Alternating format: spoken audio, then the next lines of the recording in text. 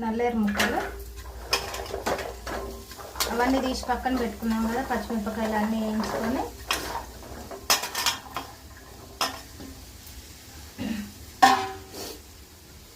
కొద్దిగా అయితే ఆయిల్ వేసుకొని కొంచెం మంచిగా వేగిన దాకా వేయించుకోవాలి.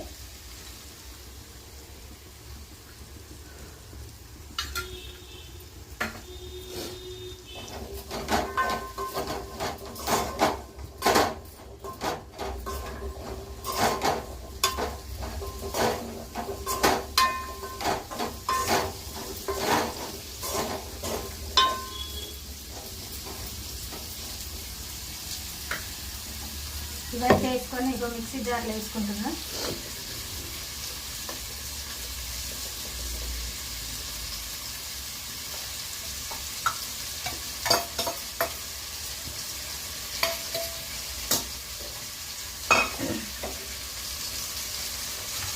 కొద్దిగా అయితే ఉప్పు వేసుకోవాలి, తగినంత వేసుకోవాలి ఉప్పు.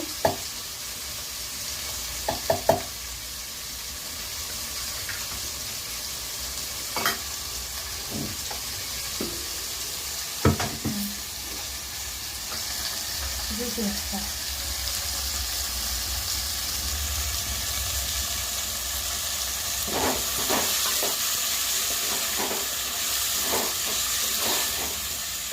చూసారు కదా మంచిగా కలర్ వస్తున్నాయి.